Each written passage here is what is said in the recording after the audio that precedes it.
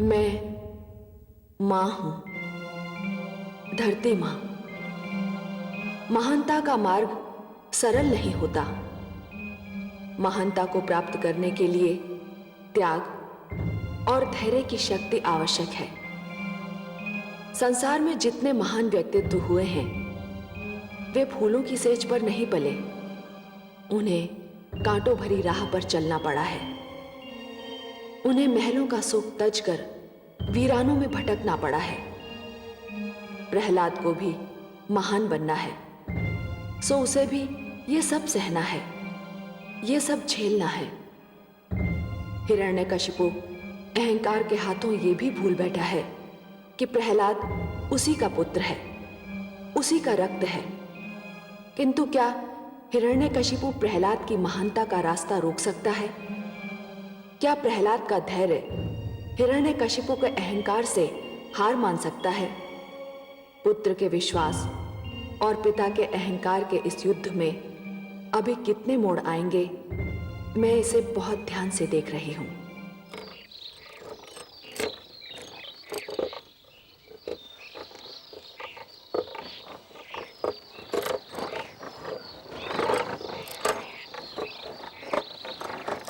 क्या ले जा रहे हो?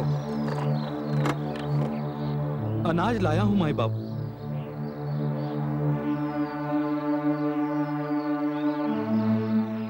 ए बालक, कौन है तू?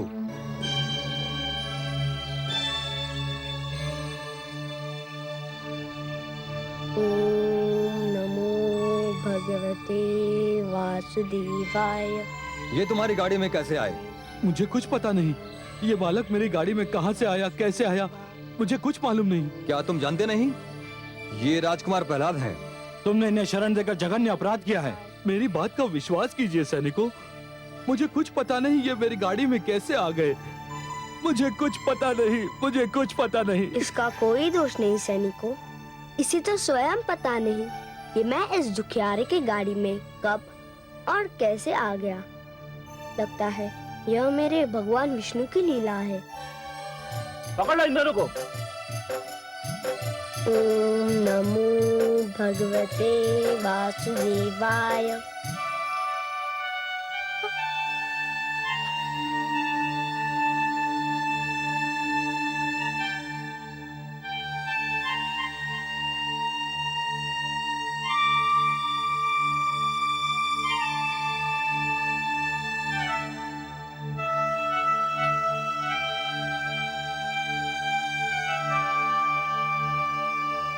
महारानी जी, महारानी जी, महारानी जी, बहुत शुभ समाचार है। क्या समाचार है? राजकुमार प्रहलाद जीवित और सुरक्षित हैं। क्या? कहाँ है वह? कहाँ है मेरा पुत्र? उन्हें एक किसान की गाड़ी में पाया गया। भगवान हिरण्यकशिपु के सैनिक उन्हें और किसान को लेकर भगवान के समक्ष गए हैं। तो फिर क्या लाभ? वे उसे फिर मार डालने की चेष्टा करेंगे। परंतु ये क्या कम है महारानी कि राजकुमार के प्राण बच गए हैं। ऊंचे पर्वत से गिरकर कौन बचता है? तू सच कह रही है चित्रा। अब मुझे भी अपने पुत्र के विश्वास पर विश्वास होने लगा है। मेरा पुत्र सच्चा है। मुझे उसके पास जाना चाहिए, मुझे उसके पास जाना चाहिए।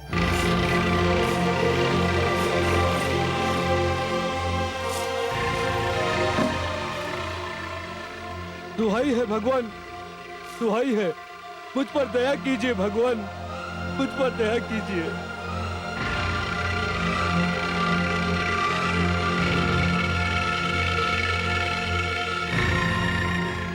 हे सर्वशक्तिमान, देखिए ये सैनिक मुझ पर कैसा अन्याय कर रहे हैं। मुझे पता नहीं मेरी गाड़ी में ये बालक कब और कैसे आया, और ये लोग कह रहे हैं कि ये आपका पुत्र राजकुमार प्रहलाद है, और मैंने इसे शरण देकर जघन्य अपराध किया है। मुझ पर दया कीजिए भगवान, मुझ पर दया कीजिए, दया कीजिए भगवान, मुझ पर दया कीजिए।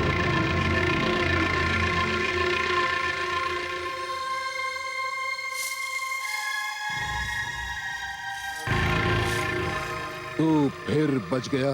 हाँ पिताश्री, आपका आशीर्वाद है। कैसे बच गया तू? इसलिए पिताश्री, क्योंकि मारने वाले से बचाने वाला अधिक बड़ा होता है।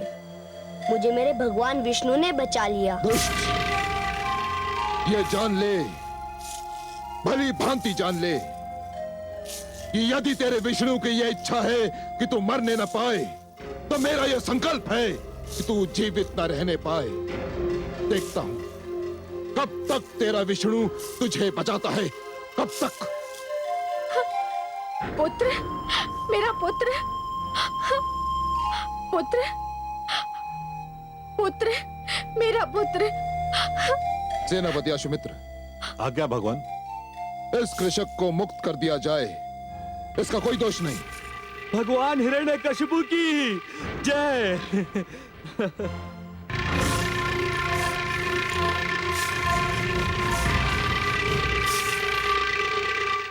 और इसे मां की गोद से खींचकर कारागार की गोद में डाल दो और सामंतों को लेकर मुझे मेरे मंत्रणा कक्ष में मिलो। अब इस दुष्ट के जीवन का अंतिम निर्णय मैं स्वयं करूंगा।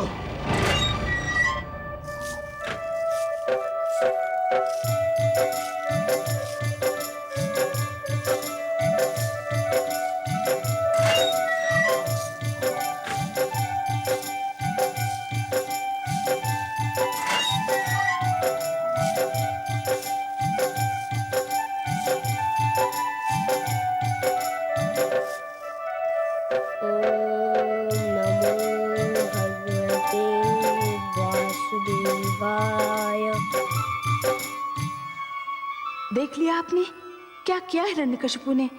मैं कह रही थी कि पुत्र प्रहलाद को जीवित देखते ही दुष्ट हिरण्यकशिपु क्रोधित हो जाएगा। आप तो जानती हैं महादेवी कि जिस प्रकार बिच्छू की प्रवृत्ति होती है डंक मारना, उसी प्रकार एक दुष्ट दुष्टता के बिना नहीं रह सकता।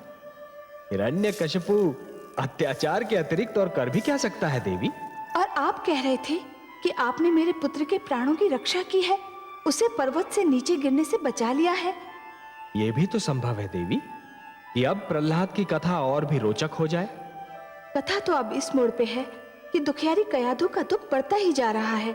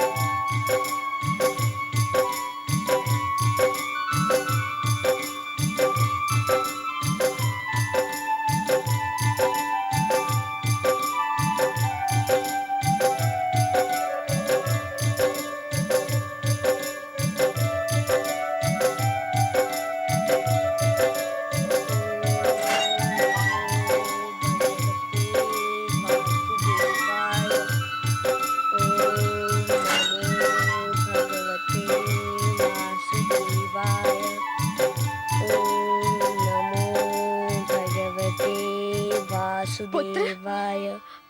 पुत्र, हाँ? माते आप? हाँ पुत्र। आपको यहाँ नहीं आना चाहिए था। यदि पिताश्री को पता चल गया तो वो तुम पर क्रोधित होंगे। क्या करूं पुत्र, मेरे तो प्राण संकट में है। पति के क्रोध की भी चिंता है और पुत्र का प्रेम चैन नहीं लेने देता। पुत्र, क्या तुम्हें अपने जीवन से प्यार नहीं? क्यों नहीं माते? जीवन तो ईश्वर का सबसे अनुपम उपहार है। जीवन किसे प्यारा नहीं होता? जीवन में सबसे प्यारा स्वयं जीवन ही होता है। तो फिर तुम मान क्यों नहीं लेता? क्या मान लूं माते? जो तेरे पिताजी चाहते हैं, जिसके कारण वे तेरे जीवन के बैरी बन गए हैं। माते, वे जो कहते हैं, जो मनवाना चाहते हैं, उसका संबंध केवल जीवन से नहीं, विश्वास से है। विश्वास जीवन से भी महान होता है। जो जीवन बचाने के लिए विश्वास बदल देते हैं, उनसे बड़ा कायर कोई नहीं होता। और तुम्हारा पुत्र कायर नहीं है माते। उसके शरीर का रक्त तुम्हारे पवित्र दूध से बना है। तुम मेरी चिंता मत करो, मेरे विश्वास पर विश्वास रखो। मुझे मारने जिलाने की शक्ति केवल ईश्वर के हाथों में है। यही तो देवर्षि ने शिक्षा दी थी।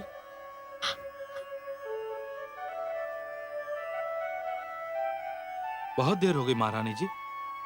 महाराज के आदेश के विरुद्ध मैंने आपको राजकुमार से मिलने दिया। कृपया आप जाइए, नहीं तो मेरे प्राण संकट में पड़ जाएंगे।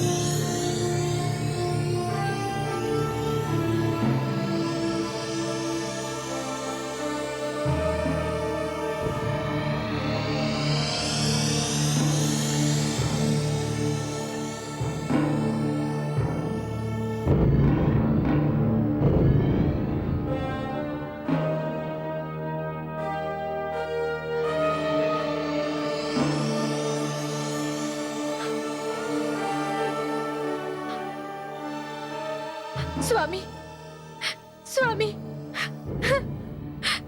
स्वामी, आपने 2 बार मेरे पुत्र का वध करना चाहा, किंतु आपने स्वयं देखा कि वो दोनों बार बच गया। इसे कुछ और नहीं तो प्रकृति की लीला समझकर अब उसके प्राण छोड़ दीजिए स्वामी। आप कहेंगे तो मैं अपने पुत्र को लेकर आपके राज्य की सीमाओं से कहीं दूर चली जाऊंगी। मैं आपको वचन देती हूँ कि मैं अपने पुत्र को आपके समक्ष कभी नहीं आने दूंगी, कभी नहीं आने दूंगी। महारानी, प्रश्न ये नहीं कि वो मुझे दिखाई देता है या नहीं, प्रश्न ये है कि वो मुझे ईश्वर मानता है या नहीं, या मेरी भांति विष्णु को अपना बैरी बनाता है या नहीं। यदि वो ये नहीं मानता और ऐसा नहीं करता तो उसका अस्तित्व मेरे लिए संकट है, और जो भी मेरे लिए संकट बनेगा उसे जीने का कोई अधिकार नहीं। महारानी, उस पर नहीं तो मुझ पर दया कीजिए स्वामी। पिता को पुत्र पर दया नहीं आती तो माता को ही उसके जीवन की भिक्षा दे दीजिए। महारानी, आप पत्नी भी हैं और माता भी। आप अपने जीवन के क्षेत्र का निर्धारण कर लीजिए। अब सोच लें कि आप पतिव्रत धर्म की सीमाओं में रहना चाहेंगी या उसे तोड़कर पुत्र मोह के घेरे में। महारानी, मैं केवल पिता ही नहीं, राजा और ईश्वर भी हूं। ईश्वर, और मेरे लिए ईश्वर होना पिता होने से कहीं अधिक महत्व रखता है। महारानी,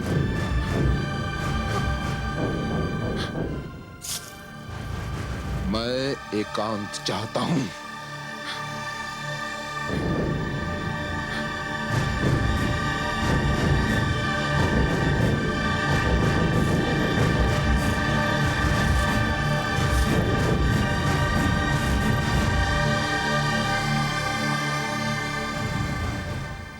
भगवान हिरण्यकश्यप की जय हो।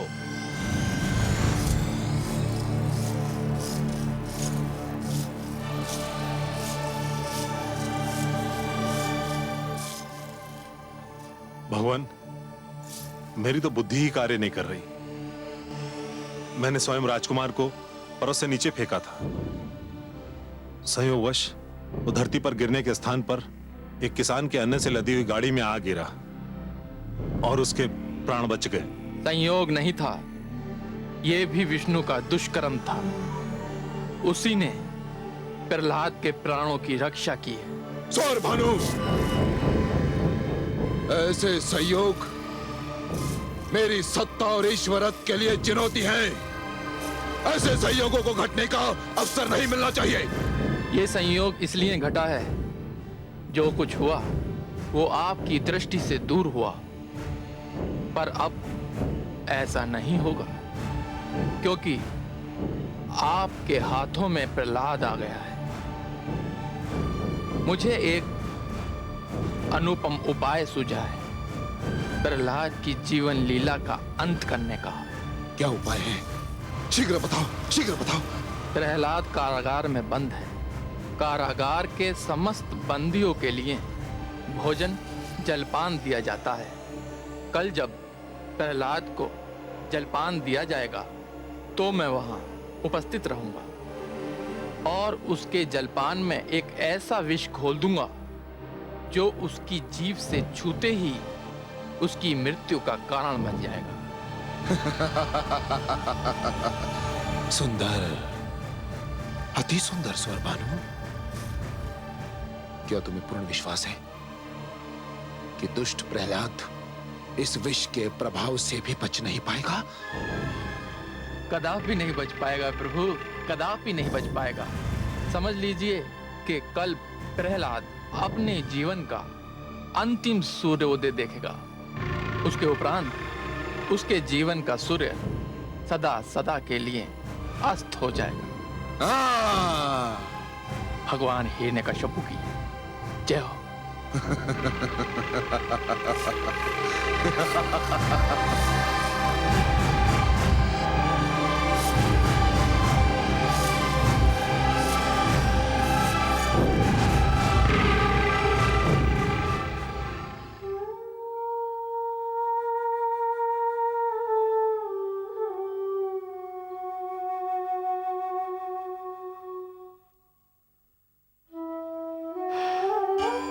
नारायण नारायण।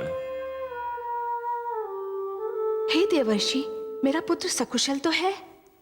अभी तक तो है माते, पर कल क्या होगा ये कोई नहीं कह सकता। क्यों? अब दुष्ट हिरण्यकशिपु कौन सा षड्यंत्र रच रहा है मेरे पुत्र के विरुद्ध? माते, हिरण्यकश्यपु अब स्वरभानु के परामर्श पर चल रहा है। और क्या परामर्श दिया है उस दुष्ट ने? सत्य कहा आपने माते, दुष्टों के परामर्श भी दुष्ट होते हैं। स्वरभानु ने परामर्श दिया है कि प्रहलाद के भोजन में विष मिला दिया जाए। जैसे ही प्रहलाद भोजन करेगा, विष के दुष्प्रभाव से वह दम तोड़ देगा। नहीं, ये असंभव है। ऐसा नहीं हो सकता। मैं उसे ऐसा कदापि नहीं करने दूंगी।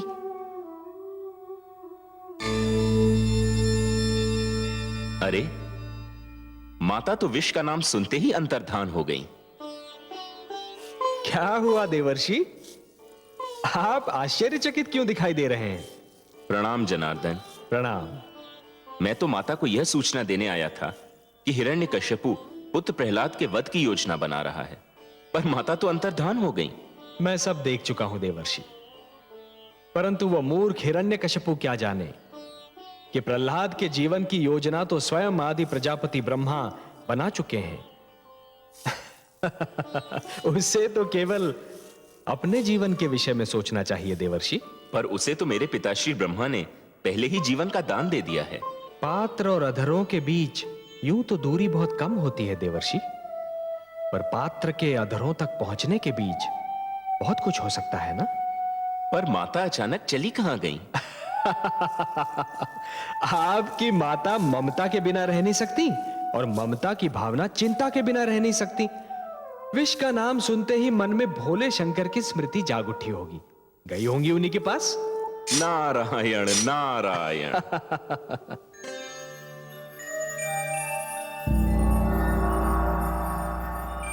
प्रणाम भोलेनाथ। प्रणाम महादेवी।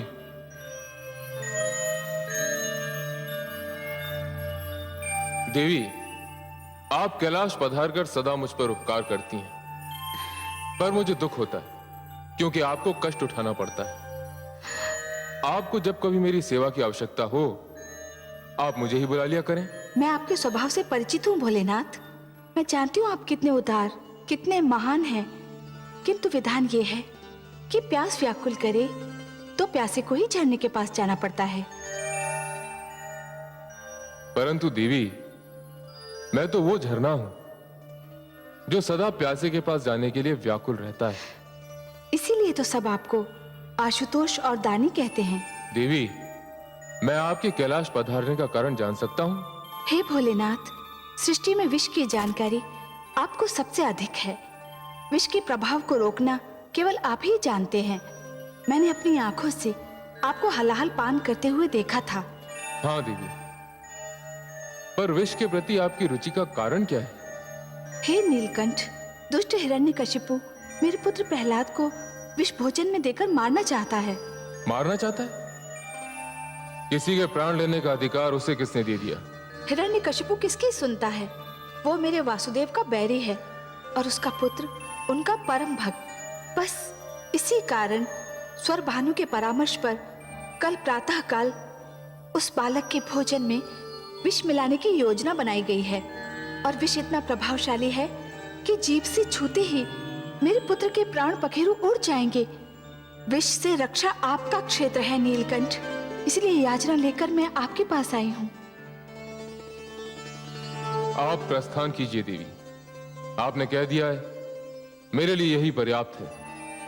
अब आप सब कुछ मुझ पर छोड़ दीजिए और आप स्वयं चिंता करना छोड़ दीजिए। हे शिव शंकर, हे महादेव, हे भोलेनाथ, हे नीलकंठ, आपको कोटि कोटि प्रणाम, कोटि कोटि धन्यवाद।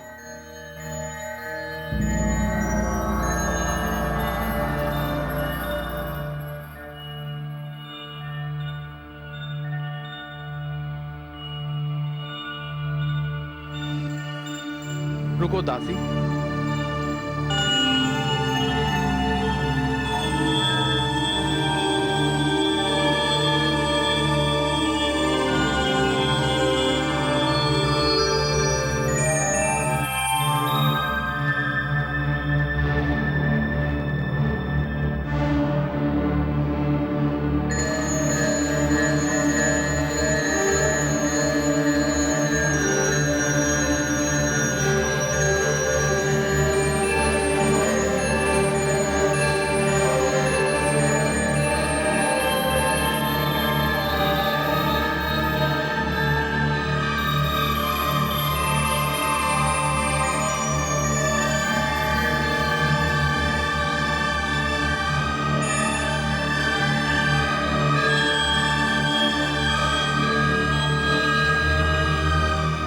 अब ले जाओ।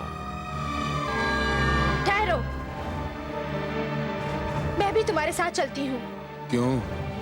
मेरा पुत्र कारागार में है, मैं कुछ और नहीं कर सकती तो क्या अपने पुत्र को अपने हाथों से भोजन भी नहीं करा सकती? तो ये क्यों नहीं कहती कि तुम इसी बहाने अपने पुत्र से मिलना चाहती हो? पुत्र तो वो आपका भी है स्वामी, आप इसे माने या ना माने, किंतु यदि मैं उसे मिलना चाहूँ या देखना चाहूँ तो क्या ये कोई अनहोनी बात होगी? क्या आप संसार की किसी ऐसी माँ को जानते हैं जो अपने पुत्र से मिलने के लिए या उसे देखने के लिए व्याकुल न रहती हो? मेरे लिए वो केवल मेरा विद्रोही है, विद्रोही। किंतु मेरे लिए वह केवल मेरा पुत्र है। मुझे उससे घृणा है, अपार घृणा। मुझे उससे प्यार है। पिता पुत्र से क्रोधित हो सकता है, उसके प्रति कठोर और निर्दयी हो सकता है, पर माँ के मन में अपने पुत्र के प्रति स्नेह के अतिरिक्त और कुछ हो ही नहीं सकता। यदि माँ अपने पुत्र से रूठ भी जाए तो भी वह उसका भला ही चाहेगी। मुझे अपने पुत्र के लिए इस छोटे से स्नेह प्रदर्शन से ना रोकिए स्वामी। मुझे उसे अपने हाथों से भोजन कराने की अनुमति दीजिए। ठीक है, मुझे आपकी विनती स्वीकार है,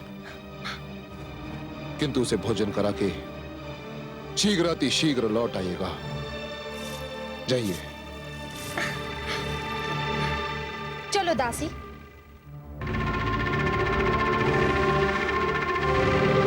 यह आपने क्या किया भगवान? सुअर भानु,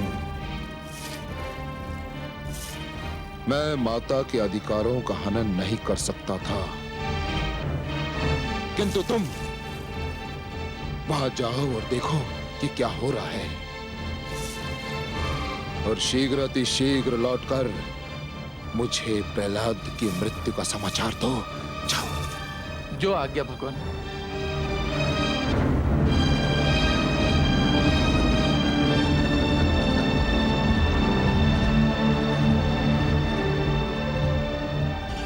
देखिए आपने हिरण्यकशिपु की क्रूरता सर्वेश्वर।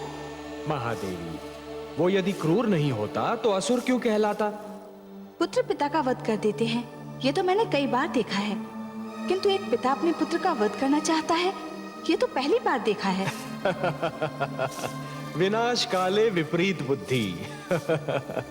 जब मन में अहंकार जन्म लेता है महादेवी, तो सर्वप्रथम मन की कोमल भावनाओं को समाप्त कर देता है, और जब मन की कोमल भावनाओं का अंत होता है तो वो पतन का पहला संकेत होता है। जिस प्रकार पत्थर की चट्टान पर पुष्प नहीं खिल सकते, उसी प्रकार कठोर हृदय में सुंदर भावनाएं नहीं रह सकती महादेवी। जानती हूँ कमल नयन, किंतु खेद इस बात का है कि माता को ज्ञान ही नहीं कि जो भोजन वो अपने पुत्र के लिए ले जा रही है वही उसकी मृत्यु का कारण बन सकता है। महादेवी, किसी की मृत्यु का समय और मृत्यु का कारण विधाता भाग्य लेख में लिख देते हैं। विधाता के अतिरिक्त कोई भी और किसी की मृत्यु का कारण न बन सकता है और न बना सकता है। विधान है कि जो दूसरों के लिए गड्ढा खोदता है स्वयं उसी में जाकर गिरता है। हिरण्यकशिपु प्रहलाद की मृत्यु का नहीं, स्वयं अपनी मृत्यु का साधन जुटा रहा है। देखिए तो सही क्या होने जा रहा है।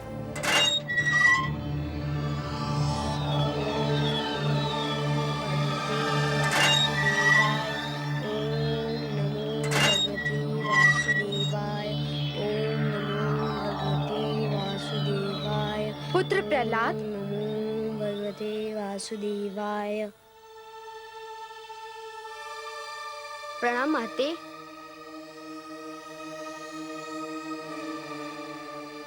जुग जुग जियो मेरे लाल। आज मैं तुम्हें अपने हाथों से भोजन खिलाऊंगी।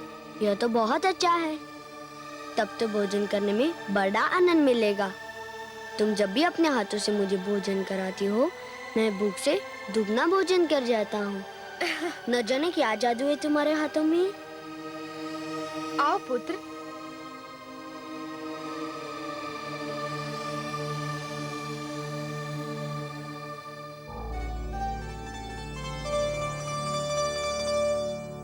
बड़ी कठिनाई से तुम्हारे पिताश्री ने तुम्हें मुझे अपने हाथों से भोजन कराने की अनुमति दी है। मैं तो ये सोचती थी कि न जाने कारागार में तुम भर पेट भोजन करते भी होगे या नहीं, इसीलिए मैं आज तुम्हें अपने हाथों से भोजन कराना चाहती थी। तो कराइए ना माते, भूख के मारे मेरा दम निकला जा रहा है।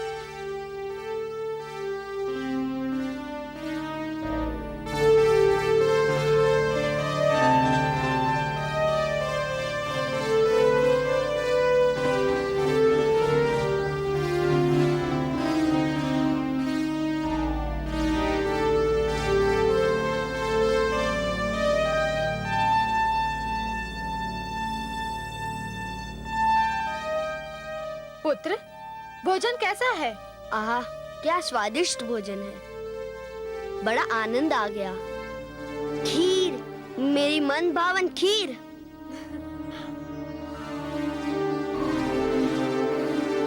माती, खीर तो बड़ी स्वादिष्ट लग रही है।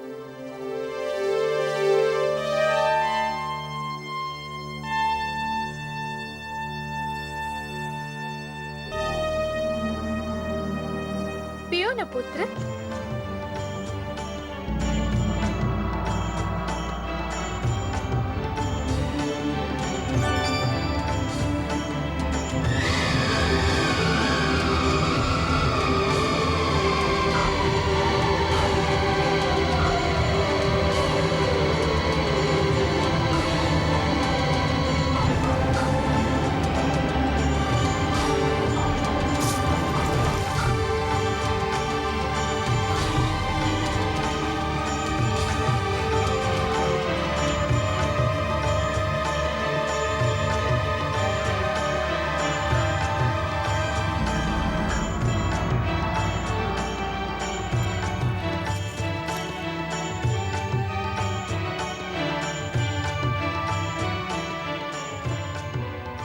राजकुमार ने भोजन कर लिया? हाँ, किंतु उन्हें तो कुछ नहीं हुआ। वो तो सारी खीर जल की भांति पी गए। क्या? तुम्हारे पिताजी ने कहा था कि तुम्हें भोजन खिलाकर मैं तुरंत लौट आऊं, किंतु तुम्हें छोड़कर जाने को मेरा मन नहीं कर रहा है। माते, आप जाइए। मैं नहीं चाहता कि मेरे कारण आपको पिताश्री का क्रोध झेलना पड़े।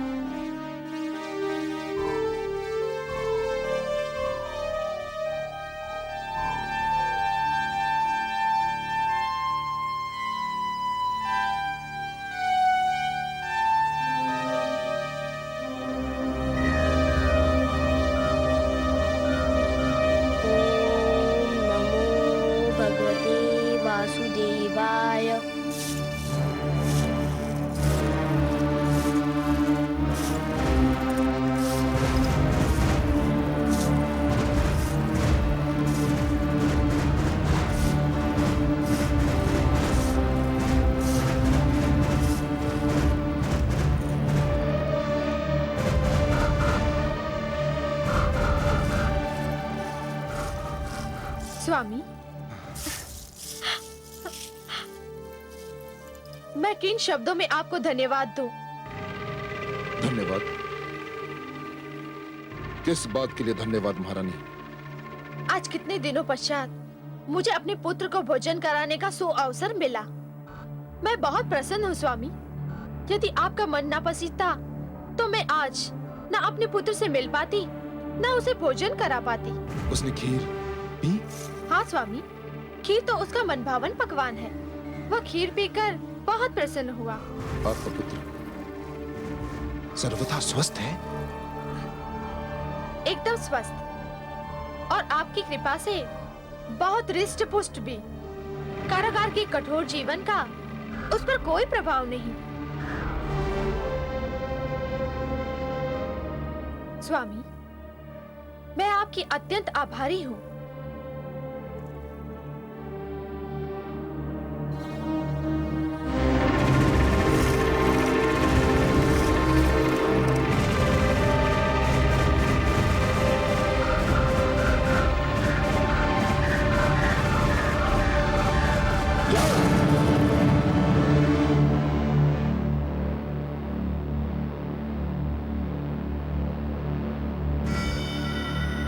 महारानी की जय हो।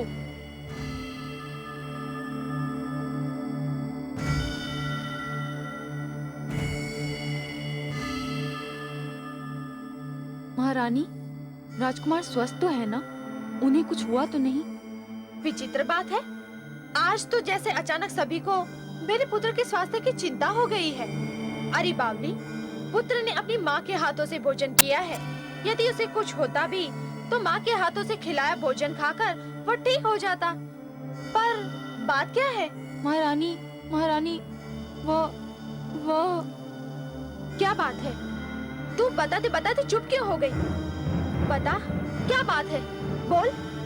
कहीं मेरे पुत्र के विरुद्ध कोई षड्यंत्र तो नहीं रचा गया है? वही हुआ है महारानी, वही हुआ है। क्या हुआ है? बोल। आपने जो भोजन राजकुमार को दिया था उसमें विष मिला हुआ था। क्या? हाँ महारानी, दुष्ट स्वर भानु ने मेरे सामने खीर में विष टपका दिया था। नहीं, ये नहीं हो सकता। अरे दुष्टा, तूने मुझे बताया क्यों नहीं? भगवान हिरण्यकशिपु के भय से मेरे मुख पर ताले पड़ गए थे महारानी। हे ईश्वर, ये क्या हुआ? मैं अपने ही हाथों से अपने कलेजे के टुकड़े को विष खिलाई?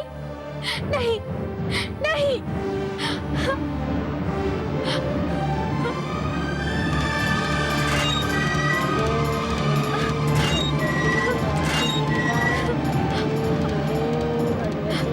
वासुदेवाय। पुत्र, पुत्र, नमो भगवते वासुदेवाय। क्या हुआ माते? पुत्र, तो बिल्कुल ठीक तो है ना? मेरे साथ आपका आशीर्वाद है, मुझे क्या हो सकता था? मेरा पुत्र, हे भगवान, आपका लाख लाख धन्यवाद। मेरे पुत्र को कुछ नहीं हुआ, कुछ नहीं हुआ मेरे पुत्र। क्या बात है माते? तूने जो खीर पी थी उसमें दुष्ट स्वर भानु ने विष मिला दिया था। मेरे तो प्राण पखेरु उड़ गए थे पुत्र, परंतु तू बच गया। तुझे कुछ नहीं हुआ मेरे पुत्र, तेरे विश्वास ने तुझे बचा लिया। माते, मैंने विष्णु भक्ति का कवच पहन रखा है, मुझे मेरे भगवान विष्णु ने बचा लिया। तुम पिताश्री के भय से कह नहीं पा रही हो, किंतु तुम भली भांति जानती हो कि कौन मेरी रक्षा कर रहा है, कौन मुझे बार बार बचा रहा है। तुम भले अपने मुख से नाम ना लो, पर मैं बार बार उसी का नाम लूंगा, विष्णु विष्णु विष्णु। ओम नमो